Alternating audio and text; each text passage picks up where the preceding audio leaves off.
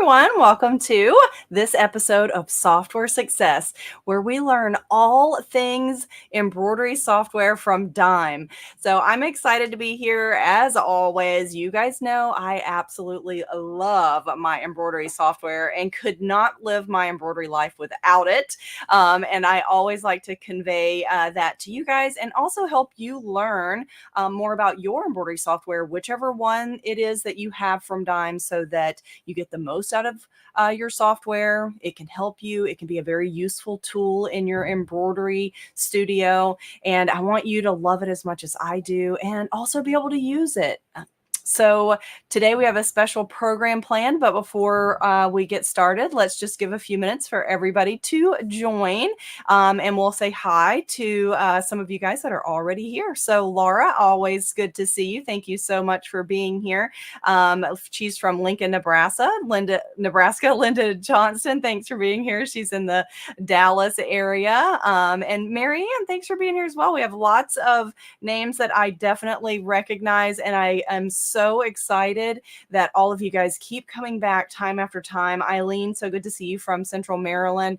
But joining each time we do these, we hold Software Success on the first and the third Tuesday of every month. But joining each time, even if you might not have this program, you can always try it. One of our any of our Dime programs, you can actually do a demo version and play along with what I'm doing to see if it's something that you like or would use. And so it's always nice to also get inspiration, other ideas. I do think that we give a lot of that here as well. So thanks for being here at Ann Palmer. Good to see you. And then Joanne Banco, nice to see you here as well.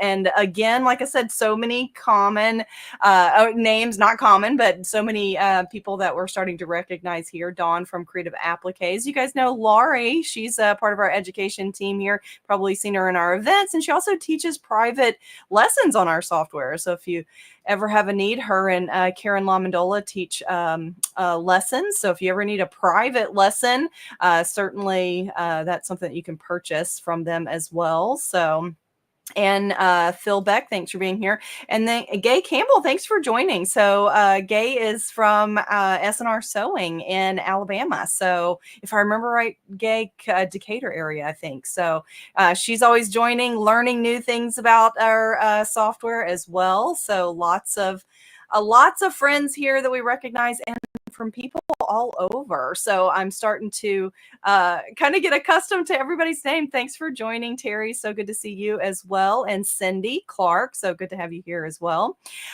Okay, so today we are doing our normal Software Success, but I have a combo event planned for you. So today we're talking about all about Fringe, and this is a part 1 of 2. You guys know that I've done part 1 of 2 software lessons before, but this time I'm doing this a little bit different. So today in Software Success, we're going to talk about designing Fringe, creating it in your software. And so we're going to see how to actually create the design, what the design looks like on screen, how you can create it manually, or as you guys know, we do have some software that has some one-click buttons that'll do some things for us. And so we'll see that as well. But for those of you that don't have that, we're also going to see how, if you want to digitize it manually, I'm going to help you with that as well.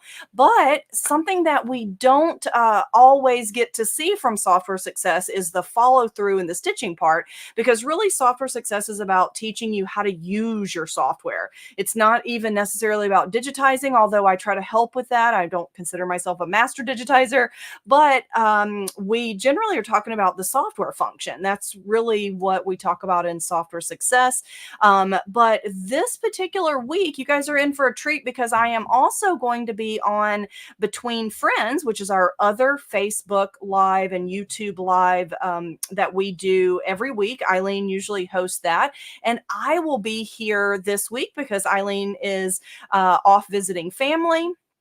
And this week, I'm actually going to do a part two of for this episode and do all about fringe again on Thursday, but we're going to be stitching it on Thursday. So today we're going to design it and then we're going to stitch it on Thursday. And Thursday, I'm going to talk about not only the stitching process, but also cutting techniques, because different ways that you cut fringe give you different looks. And then I also am going to talk about some different tools to use to cut, trim, and shape your fringe. And so that is our Thursday episode. And I've got some tips always and some tricks for doing that. So you can join me on Thursday for that. So today we're doing part one. We're going to design it. So that's why it looks like just satin stitches on the screen there, but then you're actually going to see the entire process. We're going to stitch it out and talk about trimming it, cutting it, shaping it, and getting this look. So I'm going to show you how to create this little project here. And this is using one of our software that has built-in fringe features where you can really just click to get that fringe. But just in case you guys don't have that, that's our special FX software program. I'm also going to show you how to digitize fringe if you don't have special FX software. If you have one of our dime software that has a built-in still stitch, that's an easy way to do it, or Satin Stitch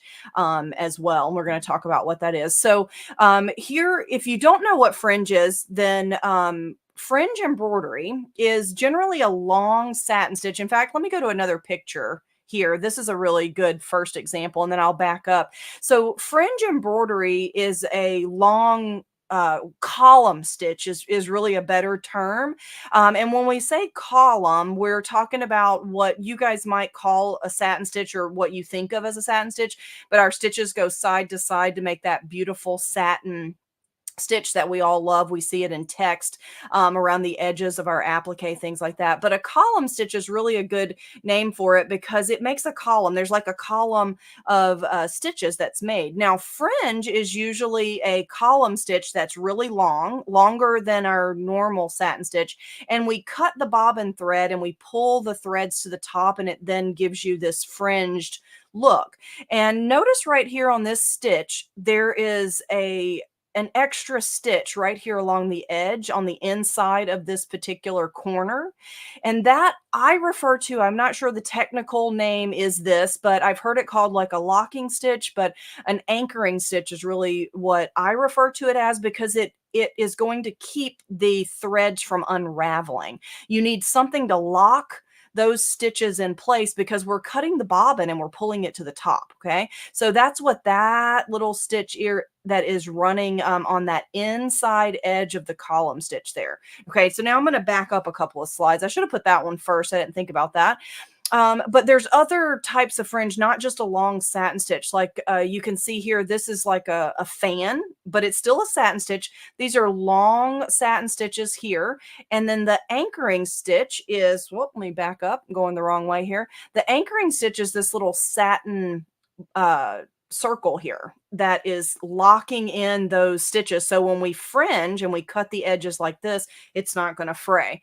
Now here's another one where we've got the anchoring stitch in the center, and you can see on the stitched out picture that it fringes on the both sides of that anchoring stitch in this instance here. So that's another type. And then here's the corner that we already talked about. That's on my little mug rug there, or my mini quilt. And then here is another good example. These little pom-poms, they are satin all the way around, like a satin circle, and then the anchoring stitch is that center part. And now this one here, this is layered. You can see a bunch of little anchoring stitches. It's a little hard because of the color change, but you can see, like, this is a good one. This blue right there, that's the anchoring stitch. Here's the anchoring stitch. So this is actually layered, several of these little fans, and to make this pom-pom effect. And the stripes come from a variegated thread. Okay, so that was just one thread variegated to give that look. So that's what we're going to talk about today, is how we can create that. And like I said, we have an easy way to do that with just a couple of clicks, but I know that some of you guys really love the technical part, so we're going to create some from scratch as well. So let me head over to my software and let's get started. If you're new here to Software Success, if you do have a question, I really try hard to answer every question in the chat, even if it is unrelated to what we're talking about. If it's software related, I want to answer you because you may be working on something that you need that answer. So if you have a question, start your question with a question mark. I know that's not good grammar,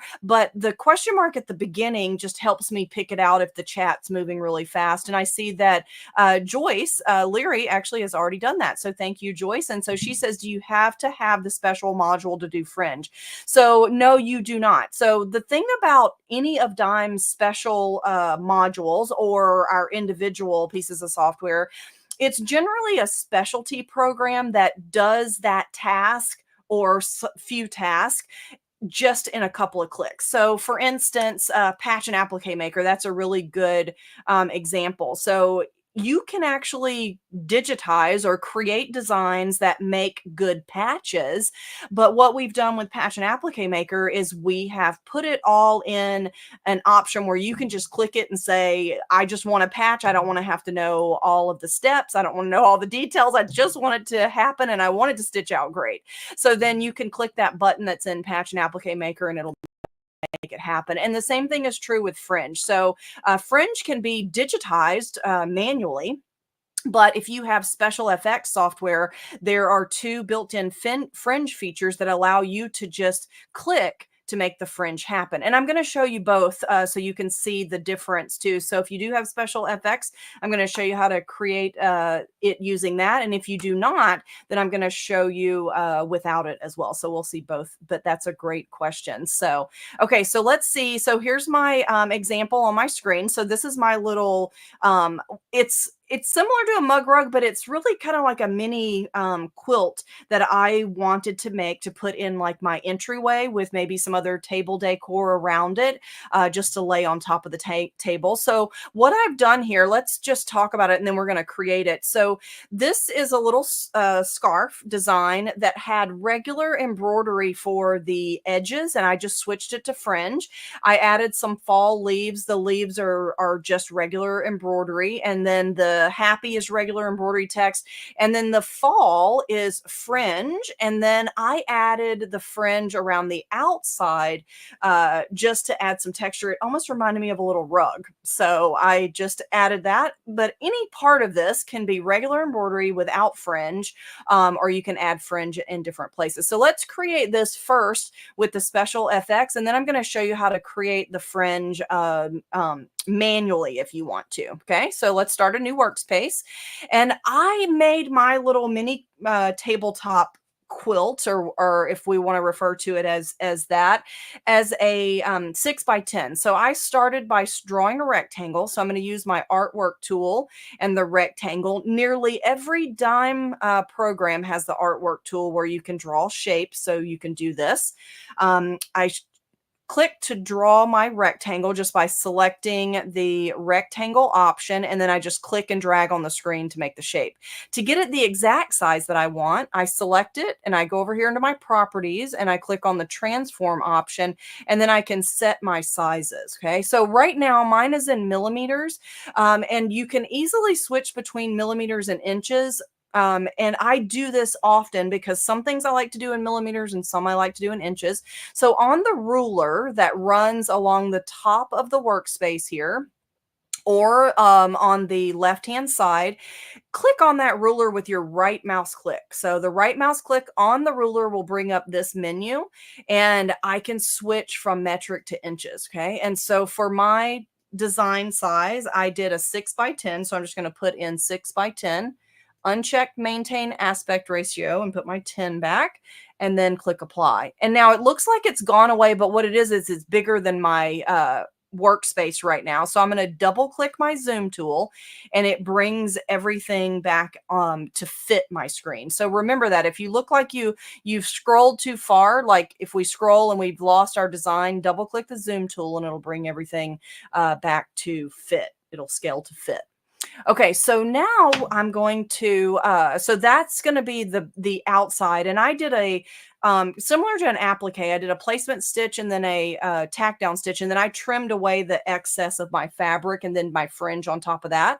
So we can make this a run stitch. So I'm going to do a right mouse click, convert to run stitch. And then I just copied it and pasted it.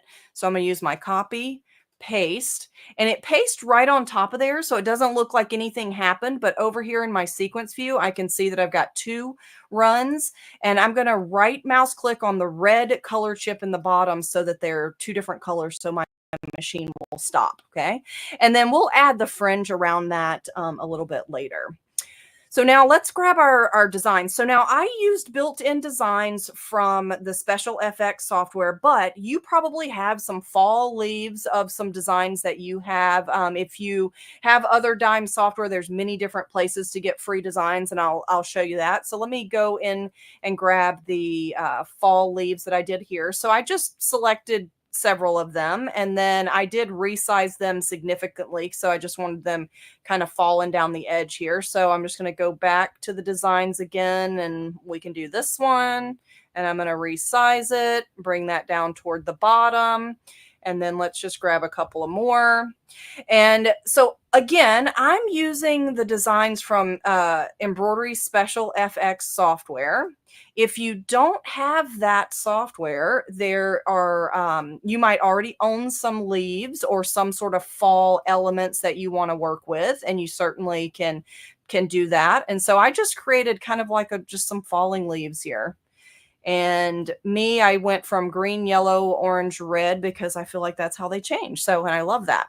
Now, I just resized those, and it does recalculate the stitches, so it's perfectly fine resizing those. The one thing that I do look, this is just a general tip, okay? So when you're resizing designs, sometimes it's really, this satin stitch will get so skinny. So let's measure this. I'm going to use my ruler tool here and measure that. And actually it says 0.04. And this is one time when I really like to use metric. So I'm going to right mouse click on my ruler bar, switch to metric, and then click, hold, and drag. And so that is a 1.1 millimeter satin stitch. Now, personally, I feel like anything smaller than a 1 millimeter satin or column stitch really almost looks like a overly dense run stitch. So I think that's fine. So I like to check just to make sure it doesn't get too skinny. And I know that one's fine too, but let's do the ruler. So I'm going to click on the ruler tool, and pretty much if you have any dime software, you have this, and this measures actual size. So you click on one side, hold it, and drag it over to the other. And now the little measurement is right down at the bottom of my screen. And it says 1.1 millimeters. Okay. So now if you want to beef that up, here's a hack. Don't you just love hacks? So I'm going to zoom into this green one again.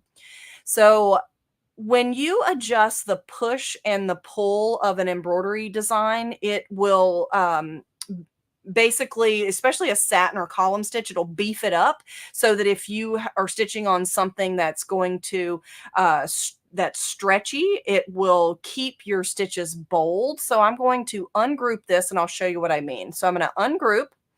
And this is just a bonus here. So this is not what I was going to be talking about specifically, but it's a nice bonus because it's helpful in text as well. If you've got satin text that you purchase from someone and you want to beef these stitches up, you can increase your push-pull compensation. So let me go over here to, here's my tab with my pull and push. And I've got absolute or percent, whichever. I'm going to do a percentage for this, and I'm going to increase it. I usually start at about 20% more. So I'm going to do 120 for the percentage. Now, when I click apply, watch the stem, and it did not do anything. Let's do that again. So here, I'm going to go back over here, and let's do absolute and see if that makes a difference. It should not, but I don't know why it's not beefing up. Let's try it one more time with the 120. I'm just going to go higher. Let's do 200 and see if we see a difference. There we go. So it just needed more because it was so small. And you can see that it actually stopped and went at 150 was the most it will do. So let me do an undo, and then I'm going to do redo, and you can just see that get fatter.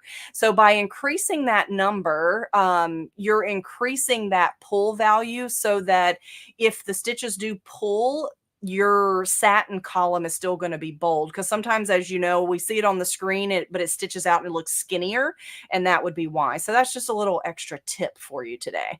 And so I'm going to double click my zoom tool, zoom out again, and then go back to my select tool, and I'm going to group those back together just so I don't make a mess of this. I just like to leave things grouped, and also it keeps my my sequence view kind of tidy until I'm ready to color sort. Okay, so I'm going to go back into Special FX, and then I'm going to grab my little sweater design, which is also in the fall category, this little scarf here. And then I'm going to rotate it around, and I just put it on this side. Now, this is just a regular embroidery design at this point. My leaves are regular embroidery, and so is my scarf.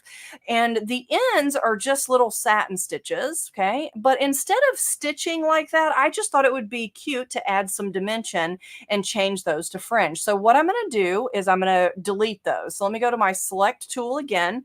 And over in my sequence view, I can ungroup this. And then I can actually just delete the fringe on the end. So I don't want to delete the entire red color because it'll delete my hearts too. And so what I'll do is I'll just select just this area here, and let's hide. This might be an easier way to do it. I'm going to hide my yellow. So if I click hide there, and then I'm going to hide my other colors so I don't accidentally put my box around them. Now that last one there, this is just an artwork, and it's really has to do with embossing in that software, and we don't need it. So I'm just going to delete it. Okay. And then now I can select and delete. Okay. And then if we hold down your space bar, and it'll turn to a hand, and I can scooch to the other end. So that was the space bar that turns to the hand, or you can click your pan tool to move down to the next one. Okay. And so now I'm going to double click and zoom out, and then let's turn our scarf pieces back on. Just like that. Okay.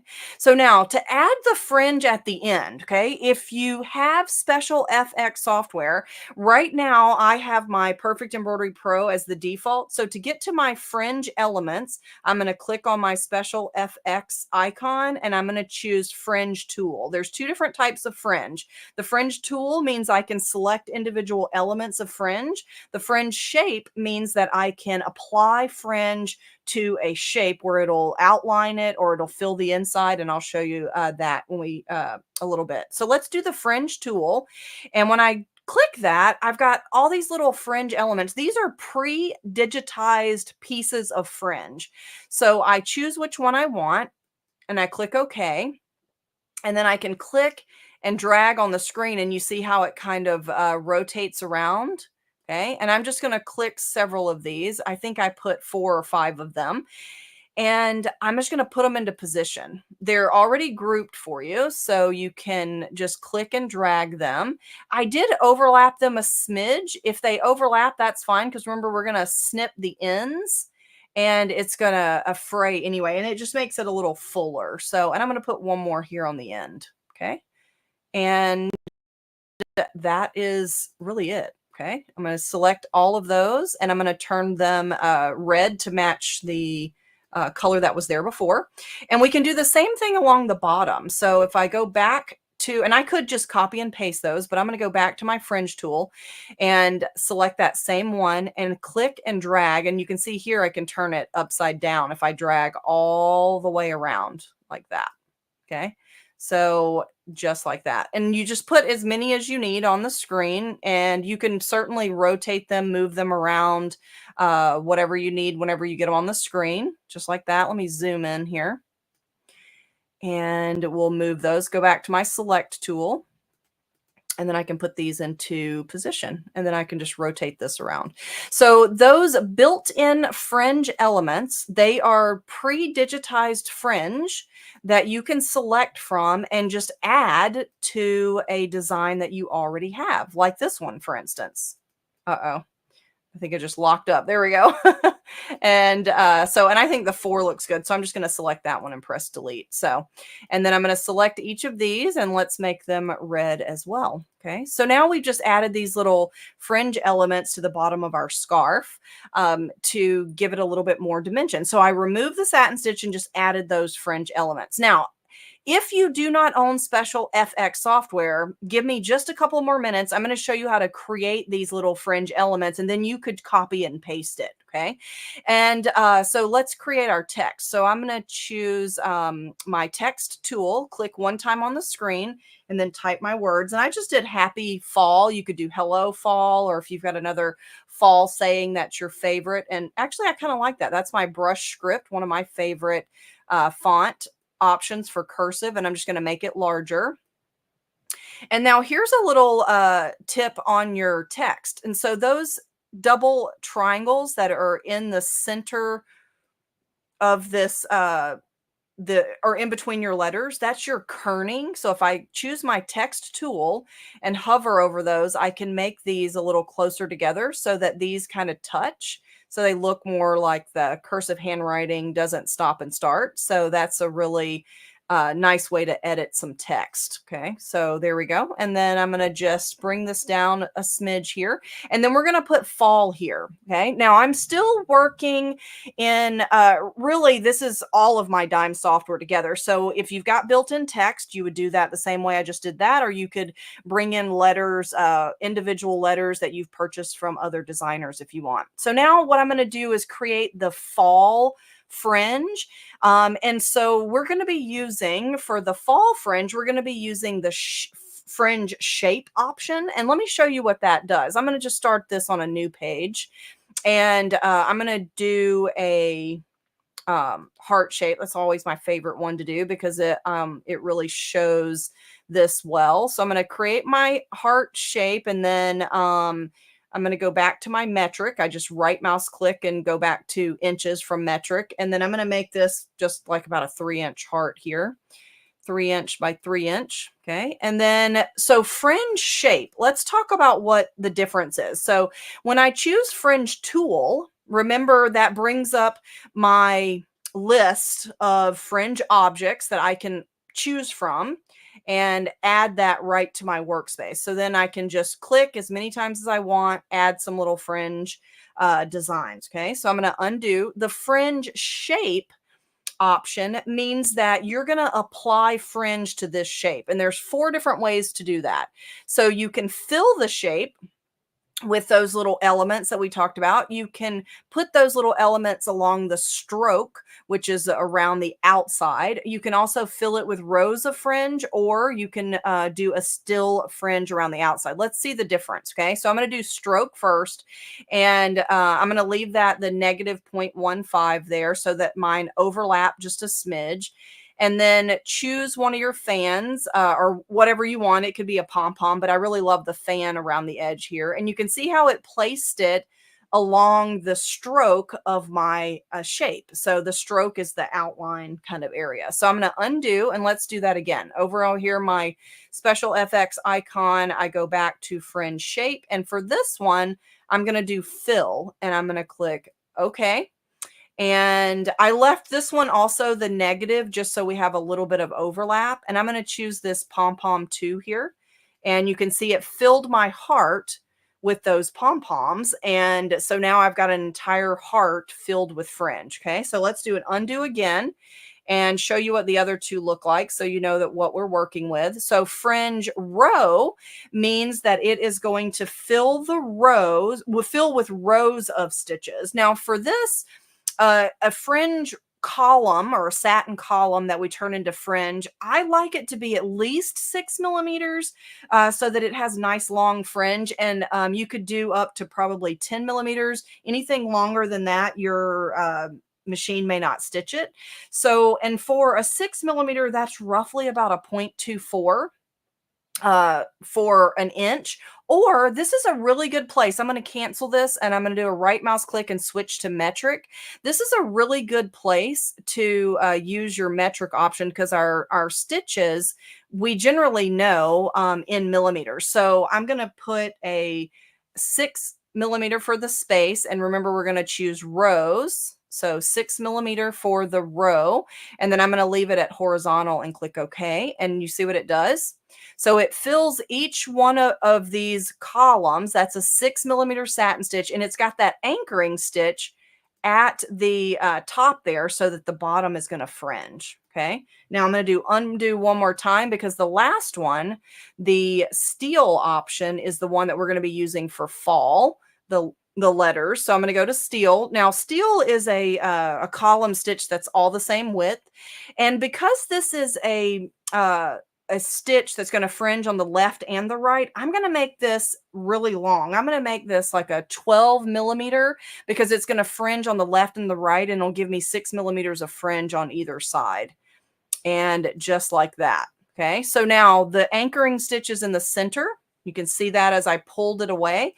And then it also has a tack down. It actually splits the satin and tacks down right there in the center. Okay, so I'm going to do the undo here. And so that's what we're going to be using for the fall text. Okay, so now let's create our word fall here. And we're going to turn that into the steel fringe. So I'm going to go back to my design. And to create that, I need a true type text that I'm just going to trace. So I'm going to go to my tool, click on the screen, and that puts my regular text there. But either if you have the true type text object on your toolbar that you chose, or either put a check mark next to this TT in the properties box here, and then from the drop down, choose artwork and click apply. And now instead of stitches, that is an artwork letter. There's no stitches in it. I know that because over here in my sequence view, there's a 0 next to it instead of a number, because the number tells me how many stitches are in that text. Okay, so I'm going to change that to another color, and I just did brown for fall. And now let's choose a text that we can easily trace for our letters. Now fall, FALL, is super easy. So I could have just probably freehanded this, but I wanted to show you if you're working with some other letter that you feel like you can't trace easily. Okay, and I'm actually going to make this a lighter color for now so you can see what's happening. I'm going to go to yellow. So now remember, our fringe stroke and our steel went on that outline of our heart. So we just need a straight line in the center of the F. Otherwise, if we turn this into fringe steel, let's see what's going to happen. It's going to do, and actually let me do a fatter text because that's going to make a mess. So now I'm going to do a really thick text. Let's do like our Cooper here. And I'm going to make this a lot bigger so we can really see what's happening. So if I do a fringe shape and I choose steel and click OK, it's going to put that around the outline of every one of these letters. So do you see how it's got the fringe on either side there? And I just wanted the whole letter to be fringe. So I'm going to do my undo. I just wanted you to see what would happen if we did not do what I'm about to do next. So I'm going to go back to this, and I'm just going to trace with my artwork tool the center line of this text. And because it's going to be fringe, doesn't even have to be perfect. So from the drop down on my artwork, I'm going to choose pen, and I'm going to zoom in to fall so you guys can see what I'm doing here. Go back and select that again. So my pen tool here, and I'm just going to click to draw the shape of my F. Okay, and then right mouse click to release. And then here I just draw this. Now I didn't overlap that because remember, that's going to be fringe over here on the left. So I'm going to do click, click, click. So just, I mean, it's really simple.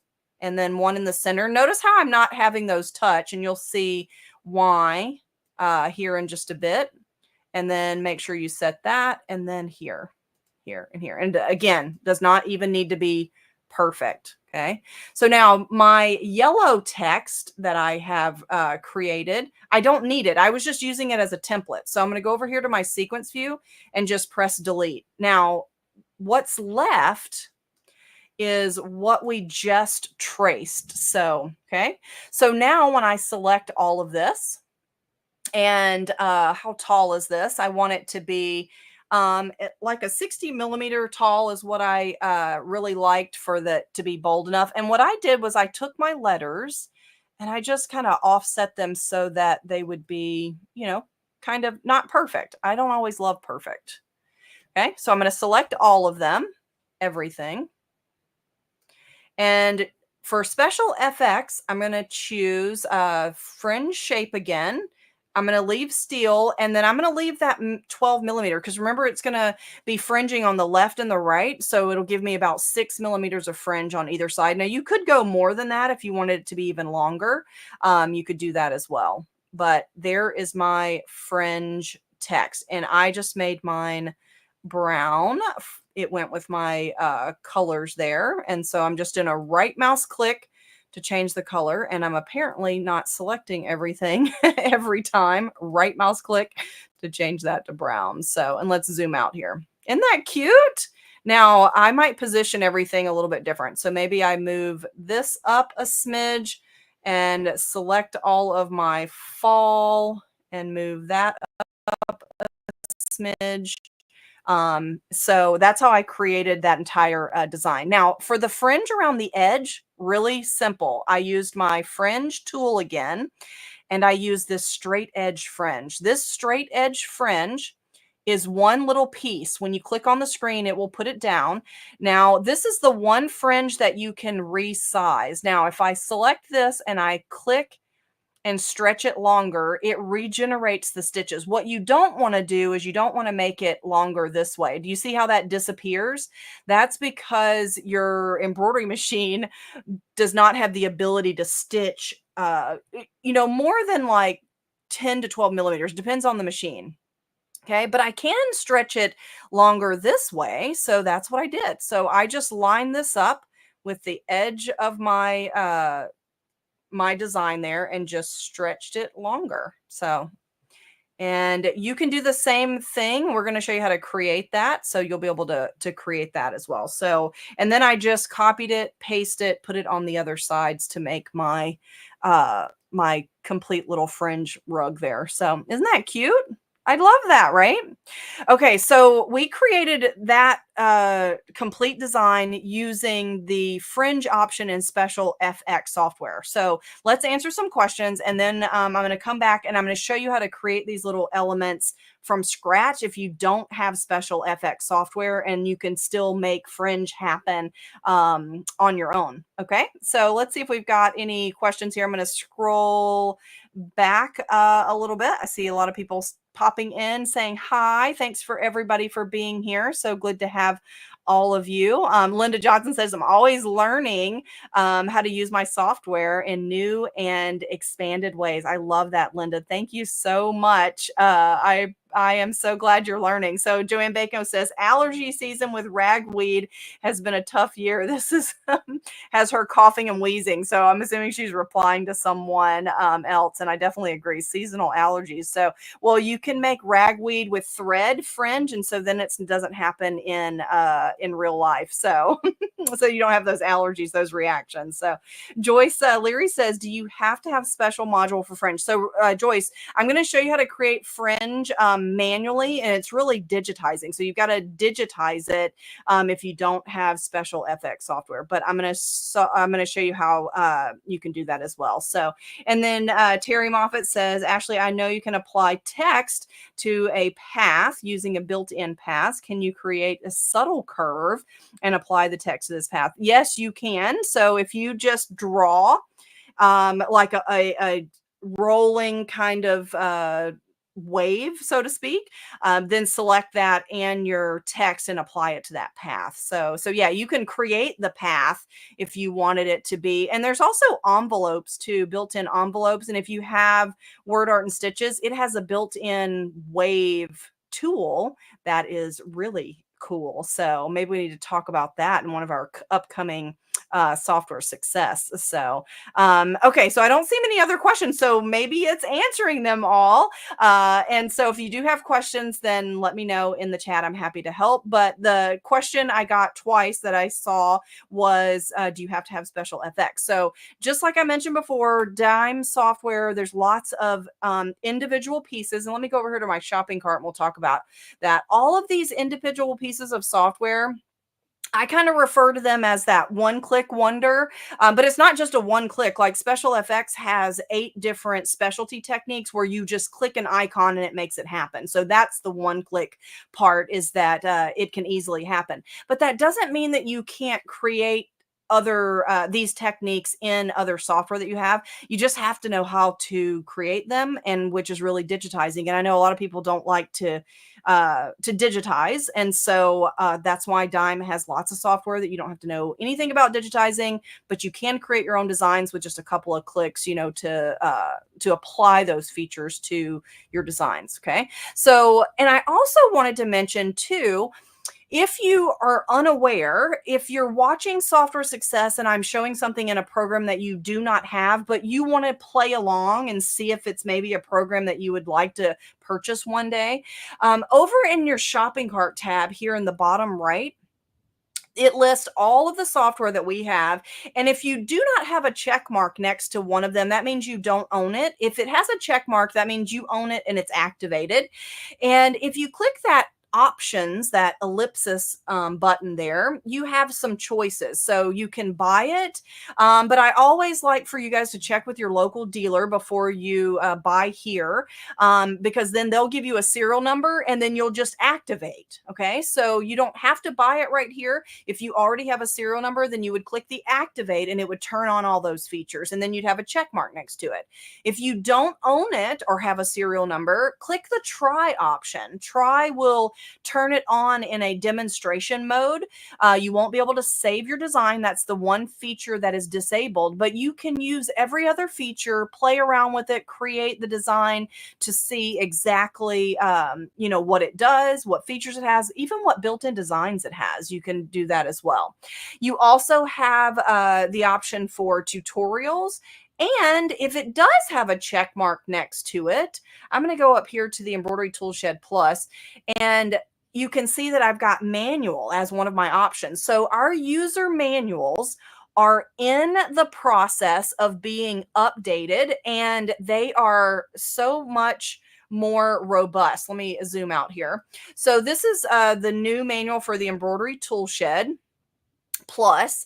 And so reference this. If you're ever trying to learn your software, reference the user manual. Now, not every one of them has been updated as of yet, but they will. It takes quite a bit of time. But you can step through these. You can see that there's pictures and to help you learn your software. And there are links too. So if you see like a blue box here, you can click on it and go right to that section, which makes it really, really helpful. There's also links if we have a video somewhere that relates to this, like here's how to install an update. Whenever you're checking for updates, whenever you click here, it'll go right to that section for how to install updates. So use your user manual. It's really helpful. And I'm trying to go through these features too on the Software Success to help you learn them in more detail. Okay. So if you don't have Special FX and you want to try it, just click the dot next to Special FX. And that is a little further down here, but this is the only one I don't have the check mark, and you'll have the option to try, and you click try and you can play around with it, and you can even see what designs are included. So that makes it really helpful. Okay, so now let's see how to create some of these fringe elements from scratch if you don't have Special FX software. Okay, so I'm going to start with the straight edge fringe. Remember, you need a column stitch that's fairly wide, and you need an anchoring stitch. Okay, so I'm going to first draw a line.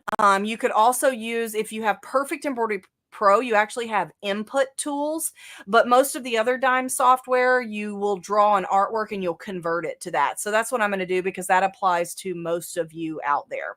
Okay, so I'm going to use the pen tool, and I'm going to click one time, and if I hold down my shift key, it'll give me a straight line. So you see it kind of pop into place, and then I click and whoop, I moved it. I'm going to do an undo there, my shift key, and there we go. So there I've got a perfectly straight line. I'm going to do my right mouse click, and I'm going to convert this to a steel stitch. Right mouse click, convert to steel. So steel is a column stitch that's all the same width, okay? So now for fringe, remember I need a long satin stitch. So I would say anywhere from 6 to 10 millimeters. So over here in my properties, I'm going to set that to let's do an 8 millimeter. And I'm going to click apply. And you can see I've got a really long satin stitch. I'm going to change the color because I feel like some colors are easier to see on the screen there. Let's try yellow. I think that's probably a good one. And with fringe, you don't normally have underlay. So you can choose your underlay tab and just uncheck everything to turn that off. So this is just a satin stitch. If we watch this stitch out, I'm going to zoom so that we can see that. If we watch our slow redraw, you can see that it's just a satin stitch, left to right, so a column stitch, okay? But now we need it to have that anchoring stitch so that it doesn't pull out. So that's really another steel stitch. So I'm going to do the same thing so we can see the process. I could copy and paste this one to change it, but let's just use our pen tool again. If you want it to fringe on the bottom, you want your anchoring stitch on the top, and then vice versa. So I'm going to click like right toward the top of my stitches with my first stitch or my first point, and then at the end for my other. So now we just have that straight line. Let's turn that into a steel stitch. Right mouse click, convert to steel stitch. Okay. And now this can be an open density steel stitch and a little narrower. So I usually make mine about a 1 millimeter, maybe a 1.5, depending on how wide your stitch is. So that's my anchoring stitch. And I usually make my density either a 0.5 or 0.6. So you can stitch and test, see what you like. But see, this is just a little narrow. It looks kind of like a zigzag. That's going to hold my stitches down. Now for that particular stitch, I usually put my underlay as a center line. I remove the parallel. So now I've got a run stitch that runs under it first. It's just kind of a little bit of extra security. And I put that at about a 1.5 for that little stitch underneath. Okay. So now for this particular design to stitch, we've got our satin stitch. Okay, that's our fringe, but then our anchoring stitch is going to do our run stitch, and then it's going to come back and do that very narrow. Well, now it looks like a zigzag because we opened up the density, and that's going to hold our stitches in place so that when we cut our threads here, it's going to hold it in place here so that it fringes. Okay, so now not too difficult, right? So we've got the satin stitch or the steel stitch twice basically. Now, if you're overlapping stitches, instead of this being a steel stitch, you could just have that be a run stitch or a bean stitch. So if I do convert to a run, now I've just got that run stitch, and I might do that as like a 1 millimeter or 1.5 up here in properties so that it's a little closer together. But to me, I like if it's a standalone fringe, if there's not something covering up the edge, I like it to have that extra stability with that other steel stitch. But this might be something that you put under the edge of another stitch. So if you say had a fill stitch that was going to stitch and you tuck this under the edge and you wanted fill around that, then you could certainly do that as well. And you wouldn't have as much of the stitches. So you could do that if you've got some overlapping fill stitch is going to give you the security and you don't have the bulk. So hopefully that makes sense. So a run stitch as your anchoring stitch is a good idea if you've got like some other stitch over top of it, so you don't add bulk. But if it is not going to be underneath another stitch, then that little steel stitch is going to give you extra stability. Okay. So now let's talk about the circle pieces that we used, or the quarter circle or half circle pieces that we used on the end of our design that is the scarf. Okay, so for that you're going to create an arc. To me, the easiest way to do that is like with our satin input. A satin stitch, to create a satin stitch, you usually have a point and a counterpoint, point and counterpoint, point, counterpoint. And I'm going to specifically make these different sizes to show you. So a steel stitch is all the same width, which is what we've got down here. A satin stitch can be varying widths. And so that's what I created here. So now to create that little fan, you're really just doing a point, counterpoint, point, counterpoint. And let me back up here. Let me do my curve. So I'm going to hold down my control key so I get a curve. So point, counterpoint. This is how we're creating a satin. Okay.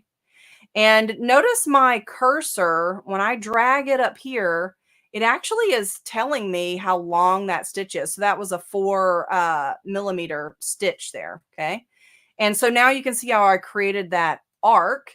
And if you don't want that much of an arc, you can certainly move your points so that you didn't have, that's my start and my angle line.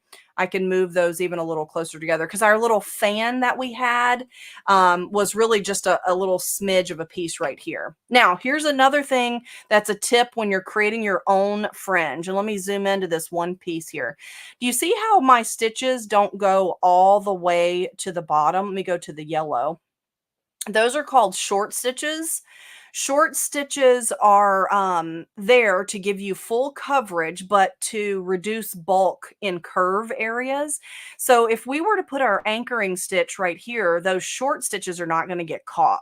Okay, so when you're working with satin over here in your properties under this one that looks like a little cog or a gear, you can unclick the short stitches and click apply. Now, when I do this, look how dense it gets right here. Now, that's perfectly fine because I'm doing this as fringe, but you certainly can loosen up the density here if you want to make sure that it's not super dense. So here for my satin density, I can increase this and you can watch how now it's a little spaced further apart down here below. I still need my anchoring stitch. So either a little satin stitch, a steel stitch, or either if you're doing something that you want like a little circle there. So that wasn't my best drawing, but that's good enough, right? And so I can convert this to my steel stitch. So I can either do a right mouse click and convert to, or if you've got Perfect Embroidery Pro, the effects panel will let me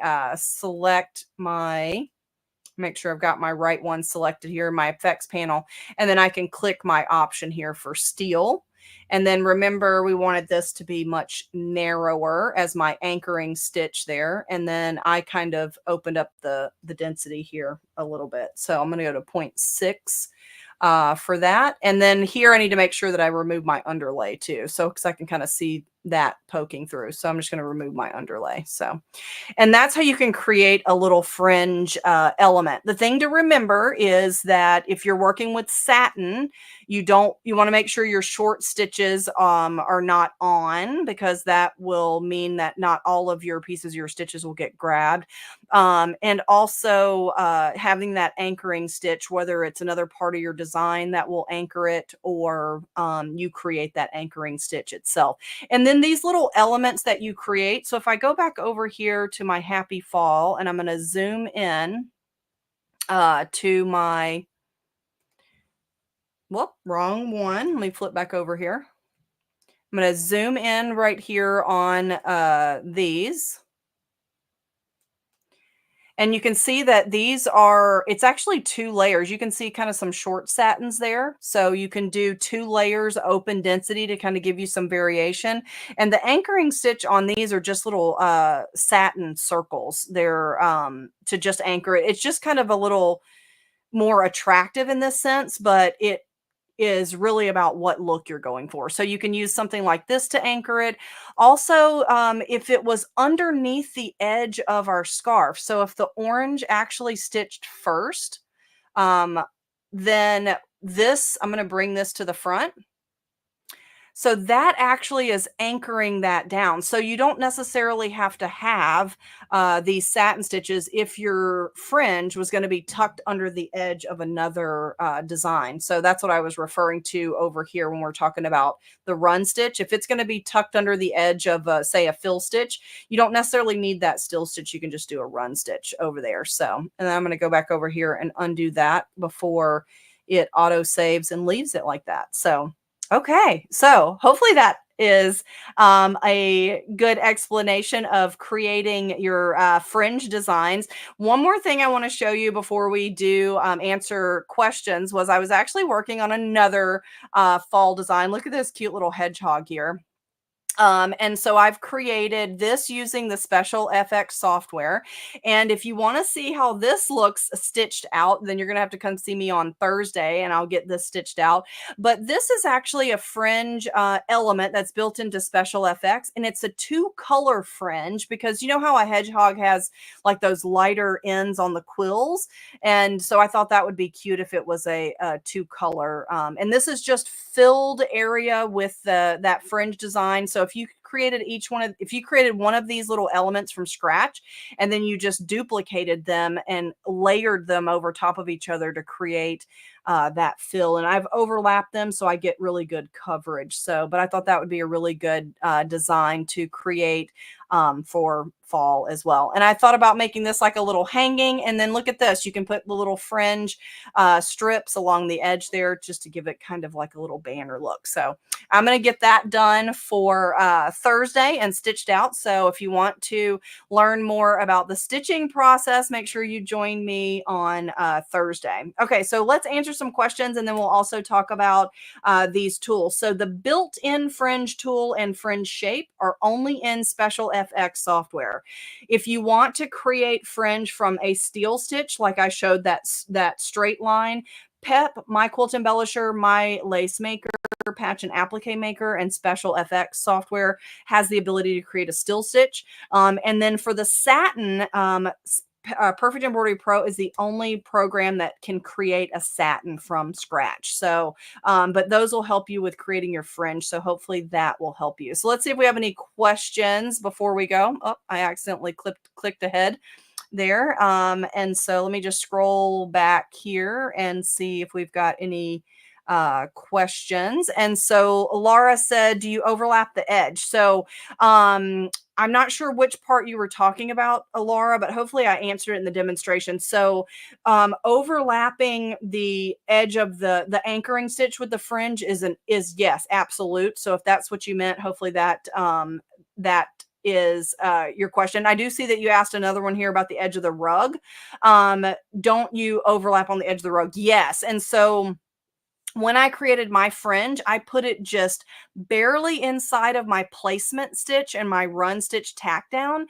And when I trimmed away like an applique, then my fringe was stitching on my fabric and then on my stabilizer. So then when I removed my stabilizer, it just left that fringe edge. So if you want to see more about that, then make sure you join me on Thursday. I'm going to show you how that stitched out and what stabilizer I used and how to finish that up. So, so yeah.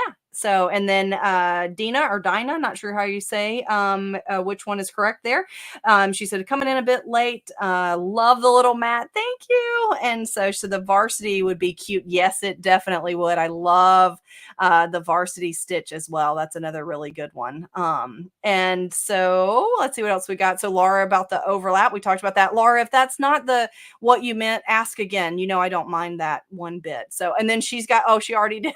So she said, please clarify to everyone about overlapping the fringe on the edge of the rug. Yes, yes, yes, yes. So the mat that I made, the little mini quilt, I have the fringe stitching on the fabric and then off the edge onto the stabilizer. So I basically did a placement stitch and a tack down stitch. And then I put a piece of fabric there, just like an applique, but it was just a big rectangle. And then I trimmed away the excess. And so then when the fringe stitched, it was stitching on the fabric. And then the other part of the fringe, the part that's going to fray, was stitching on stabilizer only. And I just used tearaway, and I'm going to talk more about that on Thursday. So come see me on Thursday. Oh, I keep clicking the wrong thing here. So come see me on Thursday for the stitch out stuff. So on Between Friends. And then Harriet Ann Palmer says, can you cut the bobbin thread instead of the top? Yes, when you digitize fringe. Yes, we're going to talk about that on Thursday as well, but there are more than one ways to cut fringe. If you cut the bobbin thread, you get loops. If you cut the colored thread or the top thread, then you get straight edge fringe. So there's different techniques with that. And then I'm going to talk about that more on Thursday as well. So, and then Dawn from Creative Apple says, what key on the Mac lets you make the curve node? That should be still your control key, Dawn. So if it's not your control key, try your command key. Sometimes I forget, but command usually is for most Macs, but most of our Windows shortcuts work on Mac because of how the software installs. So control or try your command if the control doesn't work. So I can't always keep those straight. So and then Terry says, unrelated to today, I have a question in the group about Perfect Stitch Viewer running on a Mac with Parallels in Windows 11. So Terry, that is a great question. So because Windows, when you're doing Parallels, well, first of all, I'd want to preface by saying we don't support our Dime software in Parallels, okay? Because our software installs on Mac and it installs on Windows, then those are the two platforms that we support. We don't support installing the software on a virtual machine like Parallels. But because I'm familiar with it, I generally can help when people have questions. So I don't think that our Perfect Stitch Viewer is going to view the images in Parallels, but I don't remember exactly. Let me do a little research and then I will get back to you over on if you post it in the Facebook group, I'll get back to you over there or I'll message you. But I don't think the Perfect Stitch Viewer is going to work. And like I said, we don't promote or recommend, using the Parallels because it installs on your Mac OS. But I'll do some research and let you know. So really good question. And then Callie Henderson says, or Hernandez, sorry, Callie, can I make fringe strips for a pillow? Yeah, absolutely. And so if you have My Lace Maker software, and I actually did not put that in there and I should have. So My Lace Maker actually has a couple of little fringe elements built in. And the ones that are built into My Lace Maker are designed to be freestanding fringe. So I have stitched those before, like on the edge of just like a really narrow, like an 1/8 inch ribbon. And then I've used it to sew in the seams of a pillow too. So that's a really good way to do that. So, and then she said, meaning the outside edge of a pillow for the sofa. Yes, absolutely, Callie. So yeah, I would, if you did that, so if you stitch them right on the edge of like a little piece of ribbon, the ribbon will allow you to sew it into the seam. So you would put it in almost like you were putting on, oh my gosh, I just lost my words there. Piping. So if you're putting like a piping edge on your pillow, then you could put the fringe in between your layers like that as well. So, and then Joyce says, terrific tutorial. Love that you showed how to do the effects and pep. Oh, you're very welcome. So I'm glad that you enjoy that. I love creating from scratch as well sometimes, as having those quick buttons I can do. And so then she said, hold the command key. She figured it out. Dawn, thank you. That's awesome. And then she said control key on the Mac for the curve. Terry said, so all the Mac users are piping in as well. And then Dawn says, being that ETS runs on Mac side, running Windows Parallels is not needed. Yes, exactly. And that's what I was just saying too. So thank you for reiterating that, Dawn. I appreciate it. So, okay. So, and then Callie says she loved the lesson as well. Thank you, Callie. So I love that. I love that we can do so much with our software. You guys know I love my software. And just as Terry mentioned, she had asked a question over in our Facebook group. I try to get over there as much as I can to answer questions. We have lots of other knowledgeable users that answer questions over there. So in between these sessions, if you guys have questions, head over there. It's called Dime Inspiration Software Users. If you're not already a member, join and get answers to your questions over there right from our education team, but thousands of knowledgeable users like Dawn just answering Terry there. So that's what I love about our community. So so make sure that you sign up over there. If you have questions, then let me know. Now, in 2 weeks, you guys know that we're here the 1st and the 3rd Tuesday of every month. So on November the 5th, well, I usually pre-plan this, but I'm not sure what I'm going to do on November the 5th. So it's going to be a surprise to you and me. So I was trying to come up with something fun. I know we're getting into the fall and the holidays. So instead of just throwing something out there, I really wanted something fun to create. So I'm going to come up with something fun to share with you, and you guys will see the invitation of that coming up. But the next session is November the 5th at 1 p.m. Make sure you join me this week on Thursday for the stitch out and the tips on stitching fringe and making fringe as well. So join me this week on Dimes Between Friends Facebook Live as well. And then I see Doris ask another question, so we'll answer this one before we go. And she said, is there a time limit on using the sample software? There is not. And you can try it as many times as you want, Doris. So when you click try, you can use it until you restart your software. And then once you've restarted it, say 2 weeks from now, you decide you want to go back and play a little bit more, you can actually do another free trial. You can do that as many times as you like. You just can't save anything that you create, which means anything that you've created with your other software. So make sure it's saved before you click try, because you can't save once you click try, even if you have a design on your screen. So make sure you create your design and you save it to do the trial. So now I was showing features from a variety of different software, but the Fringe is in the special FX program. So if you don't have that program and you want to play with it, try it. And if you do find that you love it and you'd like to own it, then you certainly can purchase it from us here at Dime. But also check your local dealer. Remember, I said support your local dealers. Not only is it a great way to keep your favorite shop in business, but they also can help you with your questions as well. So purchasing from them, you could go to them for help and support, and plus you get all kinds of help and support from us as well. So before I go, I just want to say thank you all for being here. I love sharing my love of embroidery with all of you. So until we have another Software Success, I'll say bye for now.